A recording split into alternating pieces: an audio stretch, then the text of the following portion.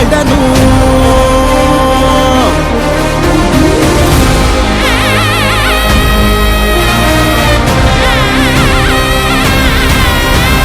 புரட்சி தலைவர் வழி எங்க எடப்பாடியார், சிரிச்சு பேசுகிற தலைவனு வேறையார். புரட்சி தலைவர் வழி எங்க எடப்பாடியார், சிரிச்சு பேசுகிற தலைவனு வேறையார்.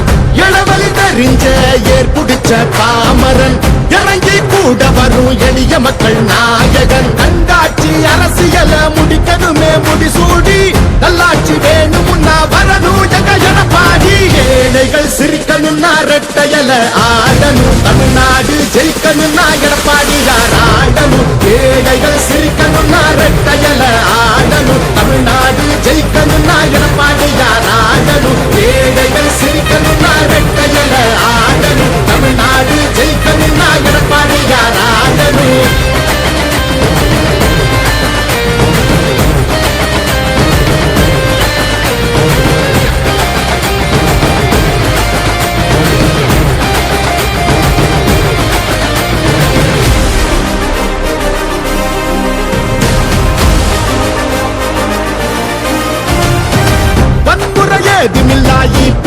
சரசுதா ஒரு முறை யோசி, அந்த தங்கத்தோட மனசுதான்.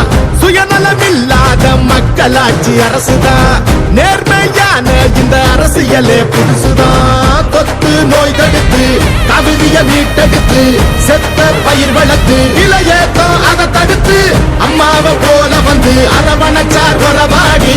நல்லாட்சி வேணும்னா வரணும் எங்க எடப்பாடி. ஏழைகள் சிரிக்கணும்னா ரெட்டையல ஆடணும், தமிழ்நாடு ஜெயிக்கணும்னா எடப்பாடியார் ஆடணும். ஏழைகள் சிரிக்கணும்னா ரெட்டையல ஆடணும், தமிழ்நாடு ஜெயிக்கணும்னா எடப்பாடியார் ஆடணும். ஏழைகள் சிரிக்கணும்னா ரெட்டையல ஆடணும், தமிழ்நாடு ஜெயிக்கணும்னா எடப்பாடியார் ஆடணும்.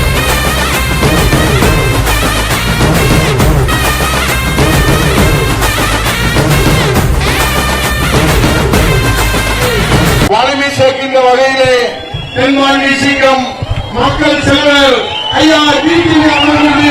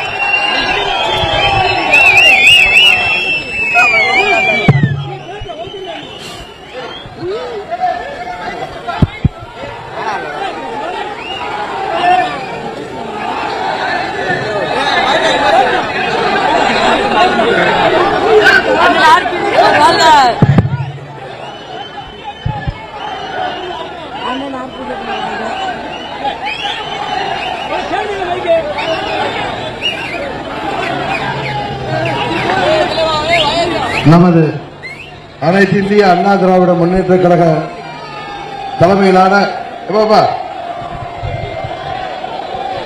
அனைத்து இந்திய அண்ணா திராவிட முன்னேற்ற கழக தலைமையிலான தேசிய ஜனநாயக கூட்டணியின் வெற்றி வேட்பாளர் எனது அன்பு சகோதரர் முன்னாள் அமைச்சர் ஆர்.பி. உதயகுமார் அவர்களுக்கு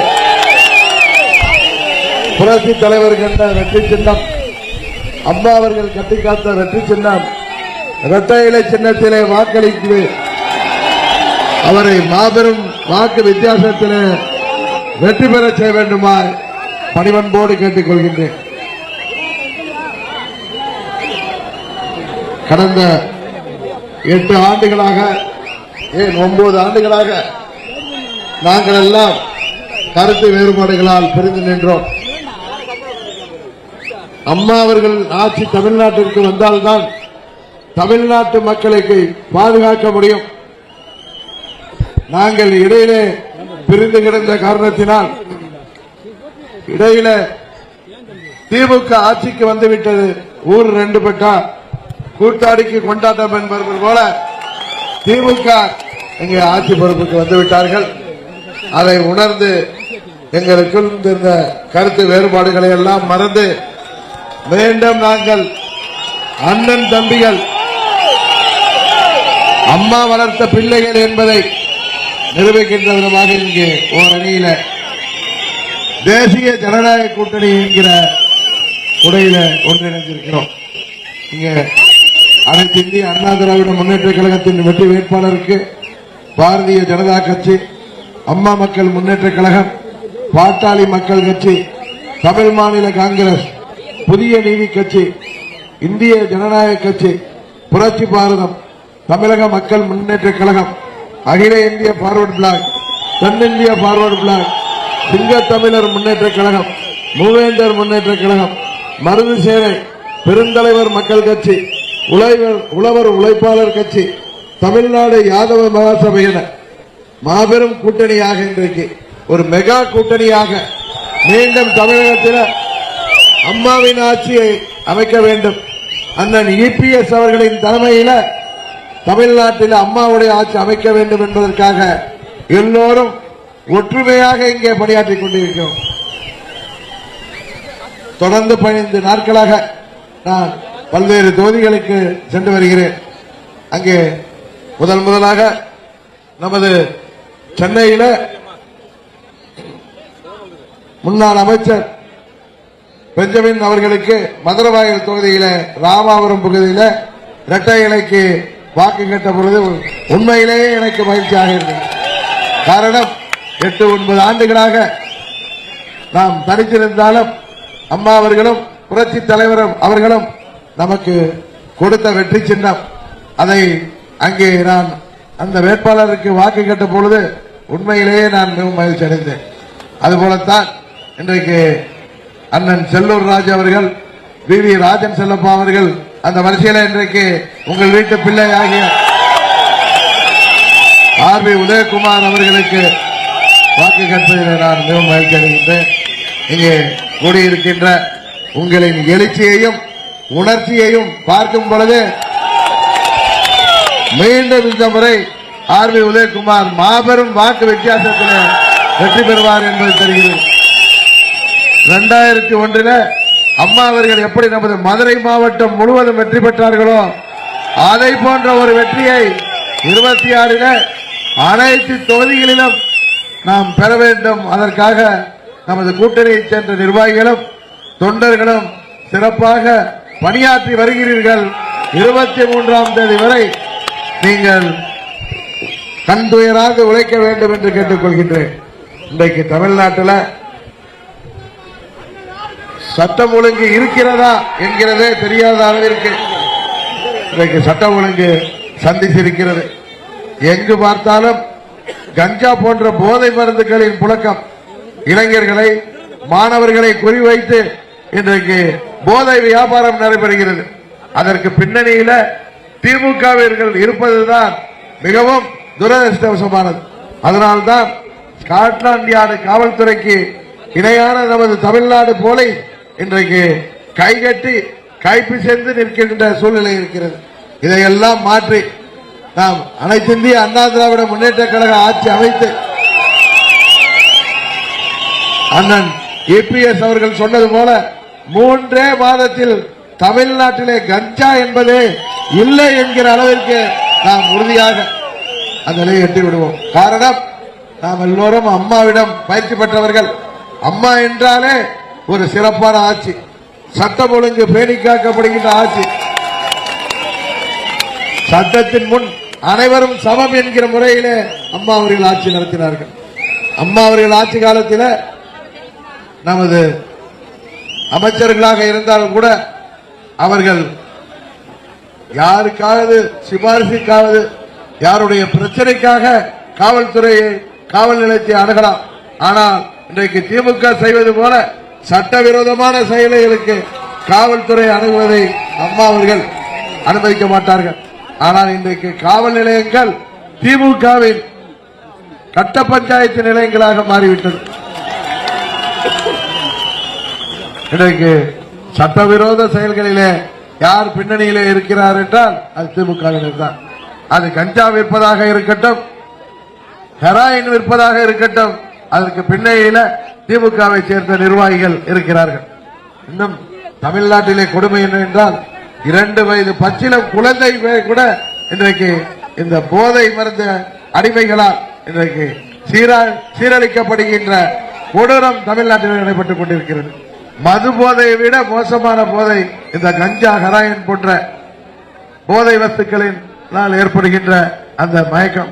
அதனால்தான் இன்றைக்கு வீட்டிலே இருக்கின்ற பெண்கள் முன்பெல்லாம் தங்கள் வீட்டு பெண் பிள்ளைகள் பள்ளிக்கு கல்லூரிக்கு வேலைக்கு செல்பவர்கள் பத்திரமாக திரும்ப வேண்டும் என்று வீட்டிலே காத்திருப்பார்கள். ஆனால் இன்றைக்கு ஆண் பிள்ளைகள் கூட பள்ளிக்கு செல்கின்ற ஆண் பிள்ளைகள் கூட இன்றைக்கு பத்திரமாக சென்று வர வேண்டுமே, கல்லூரிக்கு செல்கின்ற மாணவன் தங்கள் வீட்டு பிள்ளை பத்திரமாக சென்று வர வேண்டுமே, வேலைக்கு செல்கின்ற நமது வீட்டு பையன் பத்திரமாக வர வேண்டுமே என்று இன்றைக்கு தாய்மார்கள் பெற்றோர்கள் இன்றைக்கு வயிற்றில் நெருப்பு கட்டி கொண்டு காத்திருக்கிறார்கள். காரணம் அவர்கள் சந்து பொந்தெல்லாம் கஞ்சா விற்கப்படுகிறது. நம்ம ஊர்ல கள்ள முட்டாய் விற்கிற மாதிரி இன்றைக்கு எங்க பார்த்தாலும் கஞ்சா, பள்ளிகளில் கூட கஞ்சா இன்றைக்கு விற்கப்படுகிறது. தமிழ்நாடு இன்றைக்கு போதை மருந்து கும்பலால் குறிவைத்து தாக்கப்படுகிறது. அதையெல்லாம் தட்டி கேட்காமல் இந்த ஆட்சியாளர்கள் அவர்களது குடும்பமும் அவர்களும் நன்றாக இருந்தால் போதும், அவர்களுக்கு வருமானம் வந்தால் போதும் என்று இருந்து கொண்டிருக்கிறார்கள். இன்னும் சொல்ல போனால் அம்மா அவர்கள் ஆட்சியிலும் அண்ணன் இபிஎஸ் அவர்கள் ஆட்சியிலும் அன்றைக்கு கட்டுப்பாட்டுக்குள் இருந்த விலைவாசி கொரோனா காலத்தில் கூட இங்கே நிம்மதியாக வாழ்ந்து வந்தது. ஆனால் இன்றைய முதலமைச்சர் ஆட்சி பொறுப்புக்கு வருவதற்கு முன்பு தேர்தல் அறிக்கையில் என்ன சொன்னார்? தமிழ்நாட்டில் கொரோனா பாதிப்பான பொருளாதாரம் வீழ்ச்சி அடைந்திருக்கிறது, அந்த பொருளாதாரம் வளர்ச்சி பெறுகின்ற வரை நாங்கள் விலைவாசியை உயர்த்த மாட்டோம், எந்த வரியை உயர்த்த மாட்டோம், எந்த கட்டணத்தையும் உயர்த்த மாட்டோம் என்று தேர்தல் வாக்குறுதி சொன்னார்கள். ஆனால் ஆட்சிக்கு வந்து சில மாதங்களிலே சொத்து வரியை 150% அன்றைக்கு உயர்த்தினார்கள். அது மாத்திரமல்ல, ஆவின் பால் விலை இன்றைக்கு அதிலே பல்வேறு ஊழல் முறைகேடுகள், அதிலே பல்வேறு குளறுபடிகள், அமைச்சர்கள் மாற்றப்படுகிறார்கள், ஆனால் ஊழல் மாற்றப்படவில்லை. அங்கே பால் பொருட்களின் விலை உயர்ந்திருக்கிறது. அதுபோல மின்சார கட்டணம் அண்ணன் இபிஎஸ் அவர்கள் ஆட்சியை விட்டு இறங்கிய பொழுது இருந்ததை விட 67% வீடுகளுக்கும் குடியிருப்புகளுக்கும் உயர்ந்திருக்கிறது. அப்ப ₹1 இருந்துச்சுன்னா நீங்க 67 ஆயிரம். அதுபோல சிறு குறு தொழிற்சாலைகளே தமிழ்நாட்டில் பல ஆயிரக்கணக்கான தொழிற்சாலைகள் மூடப்பட்டு விட்டன. காரணம் அங்கே மின் கட்டணம் 430% உயர்ந்திருக்கு. நேற்று கூட திருப்பூர் மாவட்டத்தில் படத்துக்குளம் தொகுதியில நமது முன்னாள் அமைச்சர் சண்முகவேல் அவர்களுக்காக வாக்கு சேகரிக்க சென்ற பொழுது திருப்பூர் மாவட்டத்திலேயே உங்களுக்கு ஈரோடு, திருப்பூர், கோயம்புத்தூர்ல பனியன் சிட்டிங்கிற பகுதியில் இந்த ஜவுளி தொழில கிட்டத்தட்ட 15 லட்சம் பேர் பணியாளர்கள் இருக்காங்க.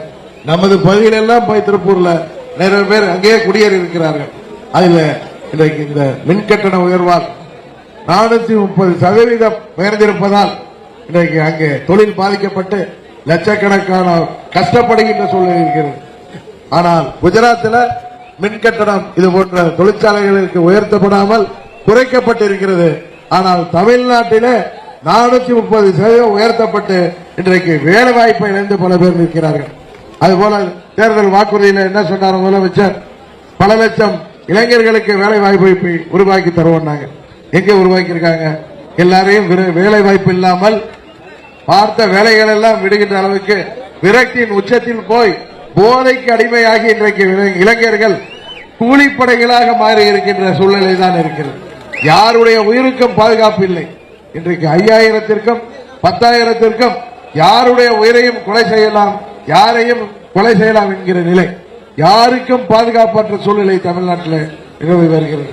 இன்றைக்கு அந்த இளைஞர்களுக்கு நல்வழி காட்டவும், மாணவர்கள் சரியாக படித்து எந்தவித பாதிப்பும் இல்லாமல் வரவும் இந்த கஞ்சா போன்ற போதைப் பொருட்களை ஒழிக்கவும் மீண்டும் அம்மா அவர்களின் ஆட்சி தமிழ்நாட்டிற்கு வேண்டும். அதுபோல தேர்தல் வாக்குறுதிகள், அது விவசாயிகளுக்கு சொன்ன வாக்குறுதிகள் நிறைவேற்றப்படவில்லை. அரசு ஊழியர்கள், ஆசிரியர்கள், அரசு தொழிலாளர்கள், போக்குவரத்து தொழிலாளர்கள், மின்துறை தொழிலாளர்கள், பகுதி நேர ஆசிரியர்கள், அதுபோல கல்லூரி பேராசிரியர்கள், அவர்களுக்கெல்லாம் சம்பளம் கூட ஒழுங்காக கொடுக்கப்படவில்லை.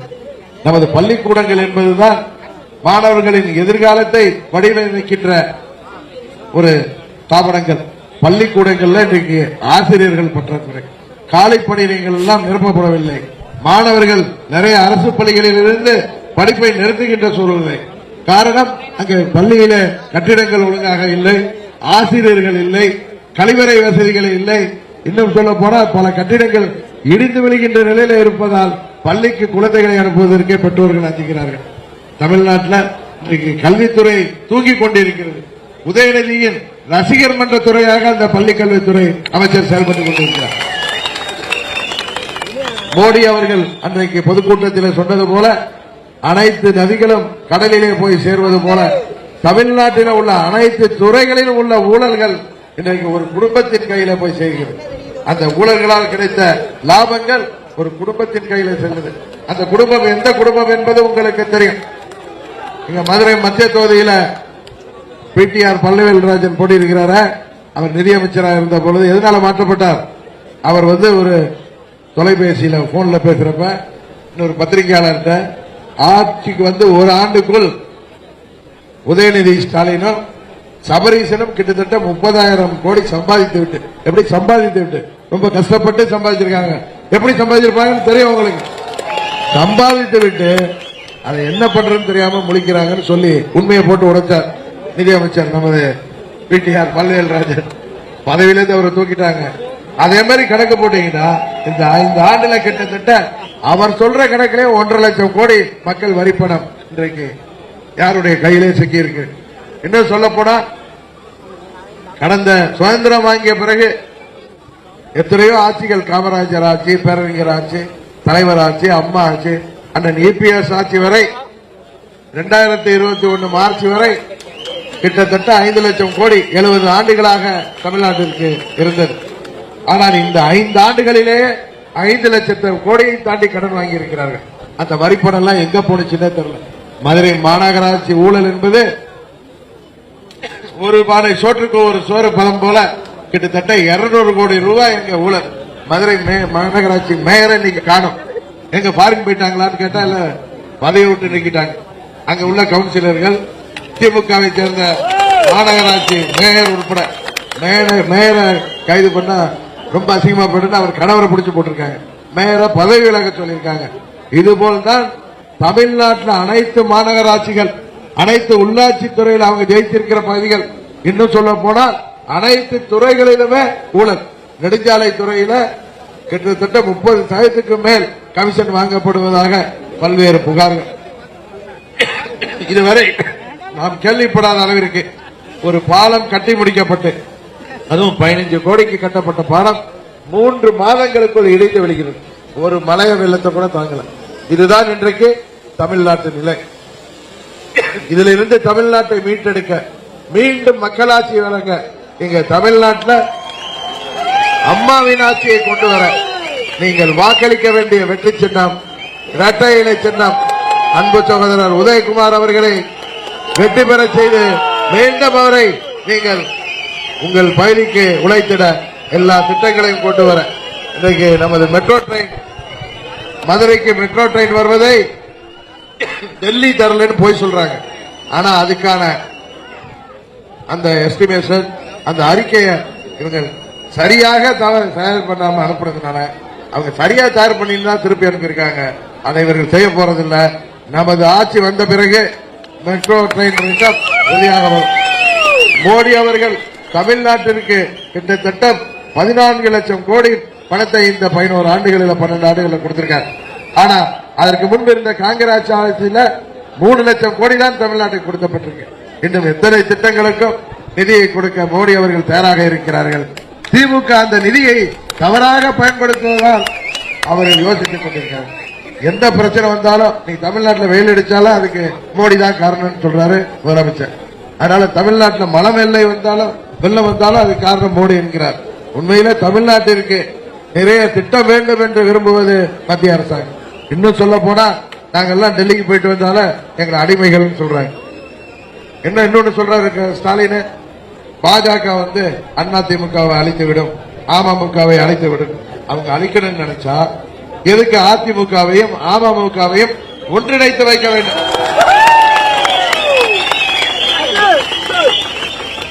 ஊர்ல அண்ணன் தம்பி சண்டை இருக்கும், பங்காளி சண்டை இருக்கும், அதெல்லாம் அந்த ஊர்ல உள்ள பெரிய மனுஷங்க தானே கூட்டு போய் சேர்த்து வைப்பாங்க. அண்ணன் தம்பியை சேர்த்துக்க முடியுமா? நானும் உதயகுமார் சேர்த்துக்க முடியுமா?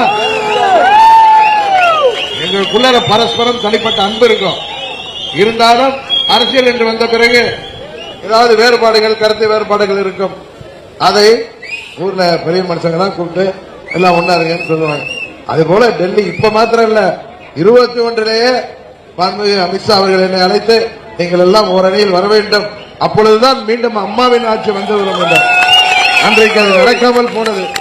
ஆனால் இந்த அவர் தொடர்ந்து செய்த முயற்சியின் காரணமாக இன்றைக்கு நாங்கள் எல்லோரும் பழையபடி ஒன்னா இருக்கோம். அதுக்கு பாஜகவிற்கும் மாண்புமிகு மோடி அவர்களுக்கும் மாண்புமிகு அமித்ஷா அவர்களுக்கும் நாங்கள் கடமைப்பட்டவர்கள். இதை என்னன்னா டெல்லிக்கு அவர் கூட்டு பார்த்தாருன்னா அடிமைகளா? நான் போய் பார்த்த அடிமை, இவங்க போய் இந்திரா காந்தி கிட்ட அடிமையா இருந்தது எல்லாருக்கும் தெரியும். ஊழலுக்காக கலைக்கப்பட்டது அவங்க அப்பாவோட ஆட்சி. எமர்ஜென்சியில முட்டிக்கு முட்டி தட்டி எல்லாரையும் உள்ளார போட்டாங்க. ஆனால் புரட்சி தலைவரை எதிர்க்க முடியலன்னாலும் நேருவின் மகளை வருக, நிலையான ஆட்சி தருக என்று சொல்லி அவர்களிடம் சமரசம் செய்து கொண்டார்கள். இங்க எங்க அண்ணன் தம்பிக்குள்ளார் என்ன சமரசம்? அம்மாவுடைய ஆட்சி வரணும், பணம் விட்டு நாங்கள் பேசுறோம், எல்லாம் ஒண்ணா. இல்லன்னா இன்றைக்கு கடைசி நாள் பிரச்சாரம்னா இங்க உதயகுமாருக்கு வருவானா, ராஜன் செல்லப்பா அவர்களுக்கு வருவானா, செல்லூர் ராஜா அவர்களுக்கு வருவானா? இங்க வர. அதுபோல அருமை நண்பர் உசிலம்பட்டி மகேந்திரன் இங்கே வருகை புரிந்திருக்கிறார். எனக்கு இடையில கொஞ்சம் உடல்நலம் சரியில்லாமல் போயிட்டது. உசிலம்பட்டிக்கு அவருக்காக நான் சென்றிருப்பேன். அவரை இரட்டை இலை சின்னத்திலே வாக்களித்து மாபெரும் வாக்கு வித்தியாசத்தில் வெற்றி பெற வேண்டும். 21 அதிமுக வாக்கையும் மகேந்திரன் வாங்கிய வாக்கை சேர்த்திருந்தீங்கன்னா லட்சக்கணக்கான வாக்கு வித்தியாசத்தில் நாம் ஜெயித்திருப்போம். அப்பயும் அங்க இரட்டை ஜெயித்தது. இந்த முறை இரட்டை இலை உறுதியாக மாபெரும் வெற்றி பெறும் என்பதை சொல்லி, அதுபோல மாணிக்கம் அவர்கள் நமது சோழவந்தான் தொகுதியிலே போட்டியிடுகின்றார். அங்கே இரட்டை இலை சின்னம் உறுதியாக மாபெரும் வெற்றி பெறும், அவரை வெற்றி பெற செய்ய வேண்டும் என்று கேட்டுக்கொள்கிறேன். அதனாலதான் நான் ஏற்கனவே சொன்னேன், 2001 அத்தனை தொகுதிகளையும் ஜெயித்தது போல 25 ஆண்டுகள் கழித்து அதே நிலை திரும்பி இருக்கிறது.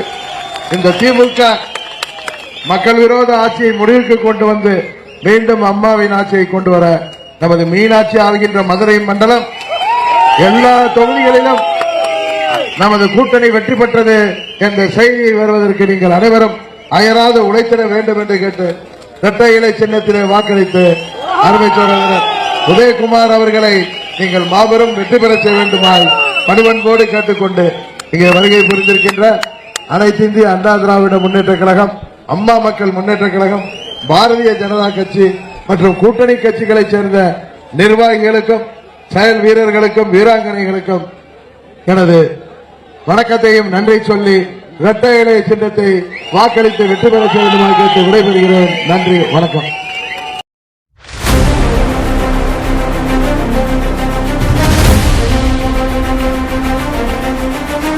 ஏழைகள் சிரிக்கணும்னா ரெட்டையல ஆடணும், தமிழ்நாடு ஜெயிக்கணும்னா எடப்பாடி யார் ஆடணும்.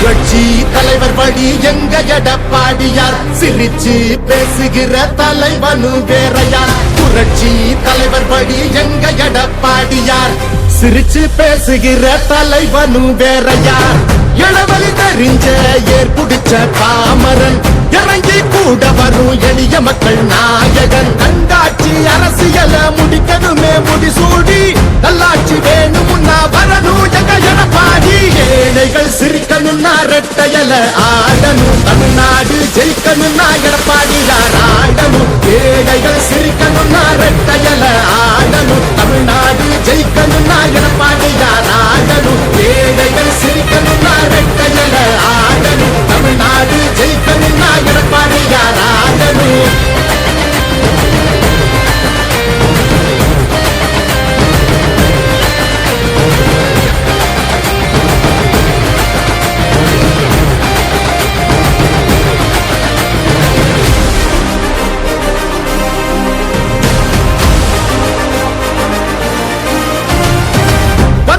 ஏதுமில்லாயி பிஎஸ் அரசுதான் ஒரு முறை யோசி அந்த தங்கத்தோட மனசுதான் சுயநலமில்லாத மக்களாட்சி அரசுதான் நேர்மையான இந்த அரசியலே புதுசுதான் தொத்து நோய் தடுத்து கவிதைய மீட்டெடுத்து செத்த பயிர் வளர்த்து இளையேத்தம் அதை தடுத்து அம்மாவை போல வந்து அரவணைச்சார் வரவாடி நல்லாட்சி வேணும்னா